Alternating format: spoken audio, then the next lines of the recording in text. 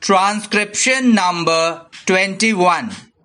Now, coming back to the question of minorities, you will please find why this particular resolution has been so widely put in that it might include a religious minority as well, a linguistic minority as well, or an economic minority, as some honorable members rightly pointed out.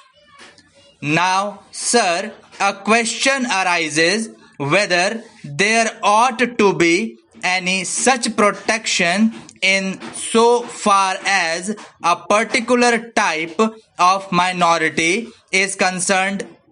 I shall deal with the question of minorities at some length, but you will please find, sir, what the honorable member wants is that there ought to be a Parliament Minorities Commission.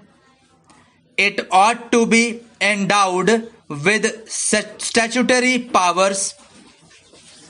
Therefore, sir, an attempt is being made for the first time by my honorable friend for driving a wedge between a community and a community. So far as the Constitution is concerned, as my honorable friend rightly pointed out, whenever the question of minorities arises, we have to be extremely careful.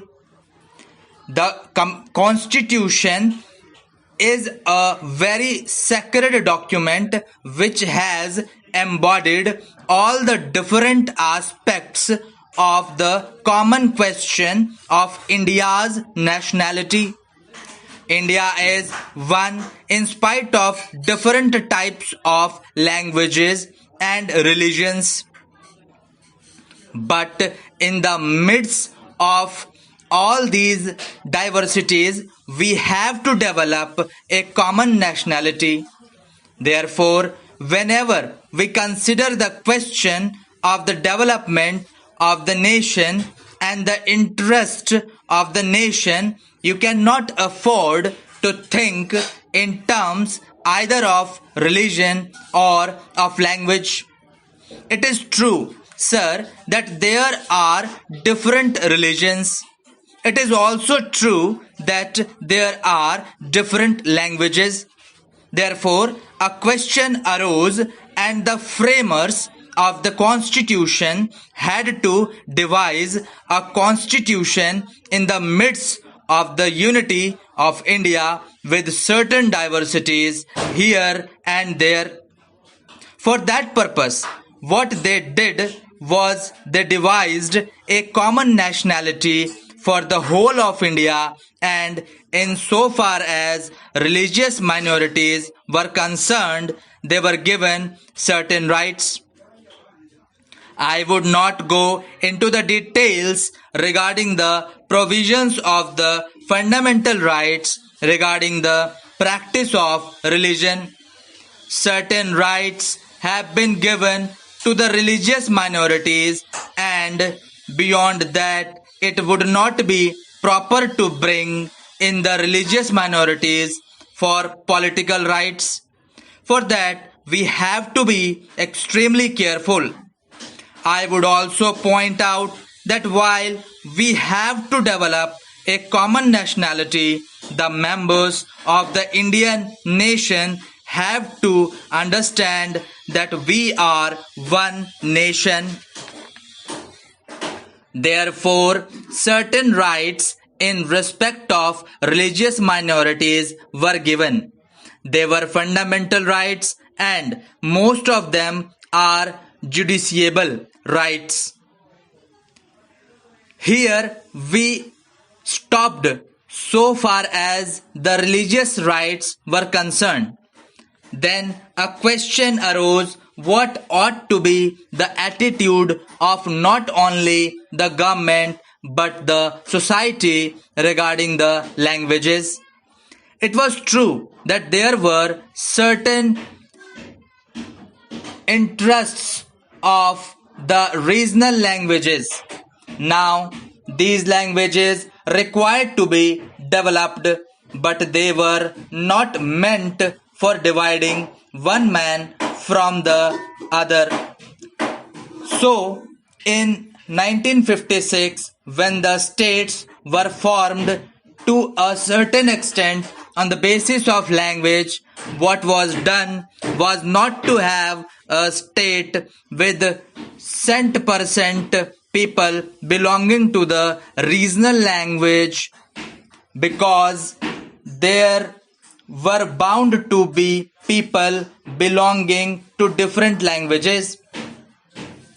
That was the reason why this question was considered at great length, and the States Reorganization Commission also went into this question of linguistic minorities. It was bound to arise here and there because they were likely to feel that their rights and safeguards given to them might or might not be properly implemented. So this question was considered first by the States Reorganization Commission, and they dealt with the question whether we should have a permanent minorities commission. They went into it very carefully and shrewdly. They found out that it would not be proper to set up a permanent minorities commission because the result, if not the actual effect, would be that a permanent wedge would be driven between one community and other community. So far as language minorities were concerned, they had a right. So far as their own languages were concerned, they had also an obligation to understand the language of the minority in the particular state. It is only by thus coming together that the members of the two language groups would come together and would harmoniously develop. But it was found at the time when the States Reorganization Commission had to consider this, that some machinery should be devised for safeguarding the rights of linguistic minorities only. And after full consideration, what was considered was that only in respect of linguistic minorities certain rights should be extended and certain rights should be safeguarded, and an officer should be appointed by the president for making a report on the question whether these rights of the linguistic minorities are or are not properly safeguarded. Thank you.